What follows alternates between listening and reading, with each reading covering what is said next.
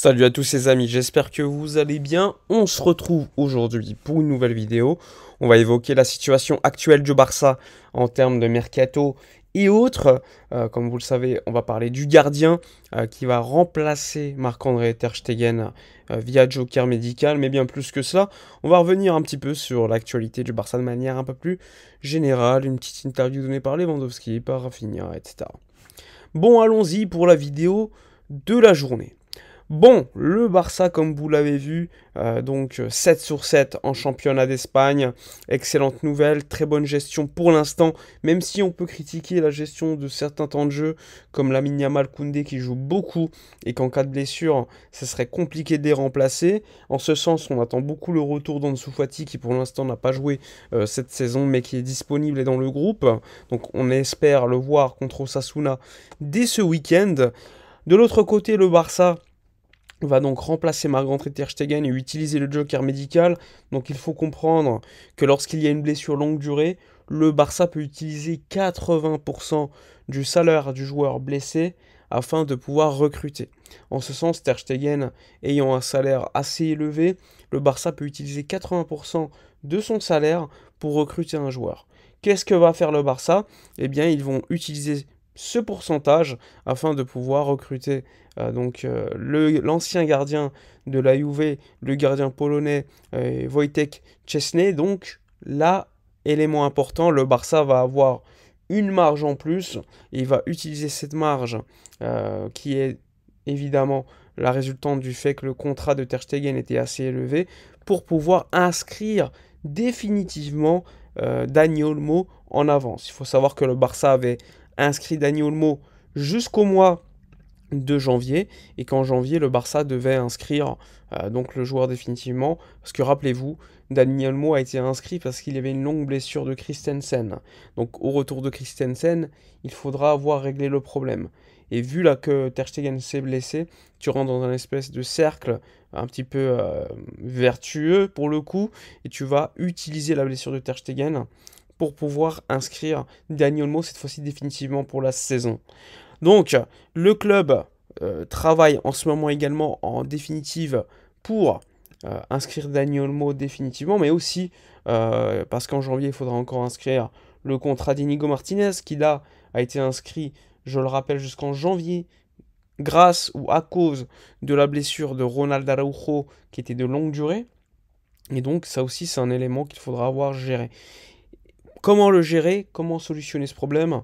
Via notamment le cas Libero Football Finance, qui, je le rappelle, détient encore environ 4% de Barça Studios. Ils ont trouvé un accord avec une entreprise. Lorsqu'il y aura leur assemblée générale en octobre, la vente de ce pourcentage sera définitive et le Barça pourra recevoir environ 15 millions d'euros. Ces 15 millions d'euros permettront au Barça de pouvoir se rapprocher de la fameuse différence limite salariale, masse salariale à l'équilibre, mais il manquera le deal Nike qui, lui, pourra définitivement régler le problème lors de cette saison. C'est pour ça que lors des prochaines semaines est attendue donc une avancée notable entre Nike et le Barça, sachant que il y a quelques semaines, quelques jours même, Nike était à Barcelone pour rencontrer le Barça afin d'avancer les dites négociations. De l'autre côté, le Barça attend le retour au Spotify Camp Nou. Alors beaucoup de gens me demandent quand est-ce que le Barça va revenir dans son stade. Bon, tout d'abord, il faut comprendre que en Ligue des Champions, lors des phases de poule, le Barça ne peut pas changer de stade. Donc on a commencé à Montjuic et pour changer de stade, il fallait un accord, on va dire, de l'UEFA, un accord qui avait été non pas donné par la fédération, enfin l'association qui refusait de permettre au club de pouvoir changer de stade en pleine saison. On a pu voir certains contrats avec certaines entreprises qui, on va dire, permet d'avoir un stade préparé pour la Ligue des Champions, pour tous les stades d'ailleurs en Europe. Eh bien, selon ce contrat, toute la phase de poule se passera à Montjuic. Donc, normalement, en janvier, le Barça jouera encore à Montjuic en Ligue des Champions. Mais est-ce qu'en Liga, ça sera le cas? Eh bien, vraisemblablement aussi. Le Barça s'attend à un retour au Camp Nou, au Spotify Camp Nou, plutôt vers le mois de février. Bon, vous allez me dire, à chaque fois on repousse, mais la réalité, elle est telle que le Barça, aujourd'hui, il y a une forte avancée au niveau des travaux, ça c'est une certitude. Le Barça, pour un retour à Montjuïc, je le tiens à le rappeler, voulait avoir reconstruit donc les 2 étages du stade, ce qui est quasiment le cas, ce qui est quasiment terminé. Donc à ce moment-là, il y a un retour au Spotify Camp Nou. Et ensuite, malgré ce retour, le Barça accueillera 60% du public dans le stade. Et ensuite, les travaux continueront jusqu'à fin 2026 afin que le stade se termine à ce moment-là. Lorsqu'en 2026, s'il y a des retards, chaque durée, je crois que c'est chaque jour même, il y aura une pénalité de retard pour l'IMAC Construction. Seulement en 2026. Mais bon, là on s'avance un petit peu trop.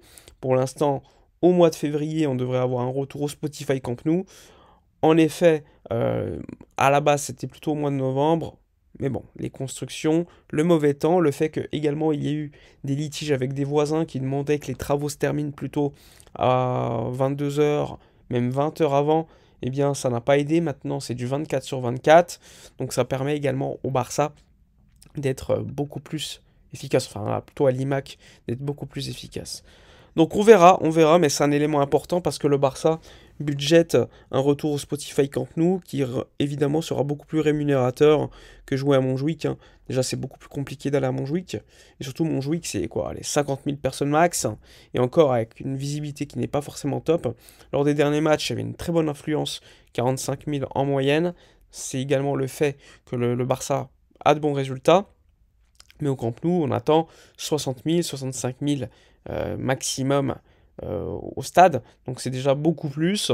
Et en plus, ça va redynamiser une certaine zone de la ville. Avec des ventes de maillots plus importantes, parce que la boutique est forcément à celle du Camp Nou. Elle est juste à côté. Tu as le musée, tu as plein de choses. Donc ça aussi, il faudra suivre avec beaucoup d'intérêt. Bon, sinon, au niveau de la Liga, le Barça est aujourd'hui leader du championnat d'Espagne, 21 sur 21, 4 points d'avance sur le Real. L'Atlético a 6 points de retard. Il y aura le derby ce week-end, donc ça va être intéressant. Le Barça pourrait, en cas de victoire contre Osasuna, gagner, accroître son écart.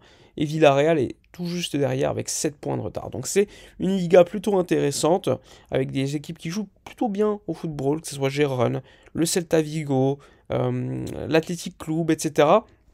Donc il y a quand même des clubs assez intéressants, ça joue plutôt bien au foot en ce moment au championnat d'Espagne. Bon, sinon, Lewandowski s'est exprimé concernant Lamine Yamal. Il a dit que Lamine Yamal était aujourd'hui le meilleur ailier du monde, qu'il avait 17 ans, carrière de foot, c'est long, et qu'il fallait qu'il pense à comment allait se terminer sa carrière plutôt que comment il la commençait, parce que c'est important de rester au top niveau tout au long de sa carrière. Donc ça, c'est également un discours que j'ai trouvé plutôt intéressant de la part de Lewandowski, qui a une relation plus que cordiale avec Lamine Yamal, ils s'entendent plutôt bien. Donc c'est important d'avoir un joueur expérimenté comme Lewandowski, qui reste l'un des meilleurs joueurs de ces 15 dernières années, un des meilleurs attaquants en tout cas, et donc qui peut lui donner un petit peu son expérience, c'est toujours utile. Bref, voilà pour la vidéo de la journée. N'hésitez pas à donner votre avis dans les commentaires, à liker, commenter, partager. Moi je vous dis à la prochaine et d'ici là, comme d'habitude, portez-vous bien.